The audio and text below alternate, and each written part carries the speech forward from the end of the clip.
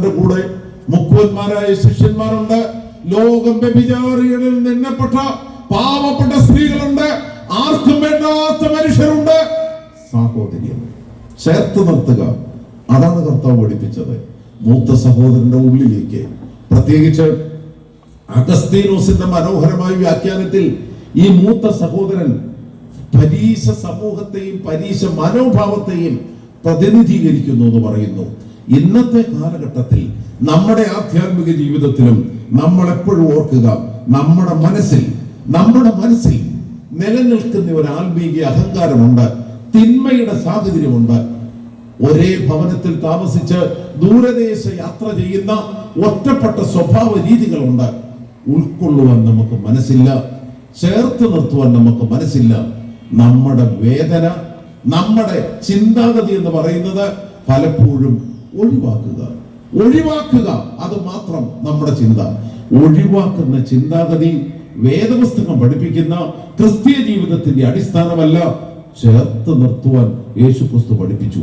അതുകൊണ്ടാണ് ഒന്നാമത് എനിക്ക് പറയാനുള്ളത്, ഞാൻ നിങ്ങളും അധിവസിക്കുന്ന ഭവനം അത് അപ്പന്റെ ഭവനമാണ്. അപ്പന്റെ ഭവനത്തിൽ കൂലിക്കാരനെ പോലെയല്ല, ആരെ പോലെ ജീവിക്കണം? മകനെന്നും മകളെന്നും ജീവിക്കുവാൻ നമുക്ക് സാധിച്ചാൽ അവിടെയാണ് കർത്താവ് നമ്മെ വിളിക്കുന്നത്. മകനെ, my dearest son, come into my house, എന്റെ വീട്ടിലേക്ക് വരിക. രണ്ടാമത് സഹോദരങ്ങളെ, ഈ വേദഭാഗം പഠിപ്പിക്കുന്ന അതിമനോഹരമായ കാഴ്ചപ്പാട്, നീ എനിക്ക് ഒരു ആട്ടിൻകുട്ടിയെ തന്നില്ല. അപ്പൊ നമ്മുടെ വിഷയം തന്നെ ആള് മറന്നുപോയി, കിട്ടാത്ത ആട്ടിൻകുട്ടി. എന്റെ സഹോദരങ്ങളെ, ഈ ആധുനിക കാലഘട്ടത്തിലെ ഭക്തി പ്രസ്ഥാനങ്ങൾ അവർക്കെല്ലാവർക്കും പൊലിപ്പിച്ച് കാണിക്കുവാൻ സാധിക്കുന്നത് കിട്ടാത്ത ആട്ടിൻകുട്ടിയെ കുറിച്ചേ ഉള്ളൂ.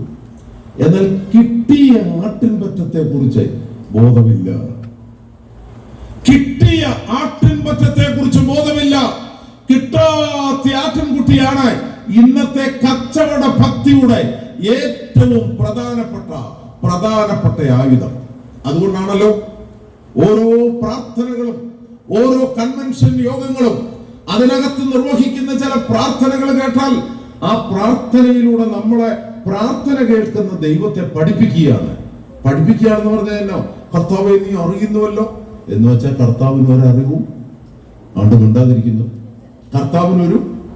എനിക്ക് 5 മക്കളുണ്ട് കർത്താവേ, ആ കഥ പറഞ്ഞത്, ഈ ഉപമ പറഞ്ഞത്, മാനസാന്തരമില്ലാത്ത ബലഹീന മനുഷ്യരെ സ്നേഹിക്കാത്ത, സാഹോദര്യത്തിന്റെ വിലയറിയാത്ത യഹൂദ മത നേതൃത്വത്തെ, അവരുടെ ആധ്യാത്മിക അന്ധതയെ കണ്ടുകൊണ്ടാണ് യേശുക്രിസ്തു ഈ കഥ പറഞ്ഞത്. പക്ഷെ വ്യാഖ്യാനങ്ങളിലെല്ലാം കഥയുടെ തീവ്രത നിലനിൽക്കുന്നത്, അതിന്റെ പ്രധാനപ്പെട്ട വശം നിലനിൽക്കുന്നത് മുടിയൻ പുത്രൻ, ഇളയ മകൻ. പക്ഷെ ഇളയ മകനെ ഓർത്ത് സ്വർഗം സന്തോഷിക്കുന്നു, കാര്യം അവൻ തിരിച്ചു വന്നു. എന്നാൽ കൂടെ താമസിക്കുന്ന എന്നെയും നിങ്ങളെയും പോലെയുള്ള ഭക്തരായ ക്രിസ്ത്യാനികൾ അപ്പന്റെ കൂടെ താമസിക്കുന്നുണ്ട്. പക്ഷെ നമുക്ക് അപ്പനെ തിരിച്ചറിയാൻ സാധിക്കുന്നില്ല. അതാണ് സഹോദരങ്ങളെ ഇന്നത്തെ ആധ്യാത്മിക ജീവിതത്തിന്റെ പ്രശ്നം. ഇന്ന് നാം അനുഭവിക്കുന്ന ആത്മീക ദാരിദ്ര്യത്തിന്റെ അടിസ്ഥാന കാരണം അവിടെയാണ് നിലകൊള്ളുന്നത്. ഈ പരിഭവം എപ്പോഴും നമ്മുടെ മനസ്സിൽ നിറഞ്ഞു നിൽക്കുകയാണ്. നമ്മുടെ മനസ്സിൽ നിറഞ്ഞു നിൽക്കുന്ന പരിഭവം എന്താണ്? നീ ഇതുവരെ എനിക്കൊരു ആട്ടിൻകുട്ടിയെ തന്നിട്ടില്ല. കിട്ടാത്ത ആട്ടിൻകുട്ടി, അത് കാരണം സ്വസ്ഥതയില്ലാതെ ഞാനും നിങ്ങളും അതപ്പതിക്കുന്നു.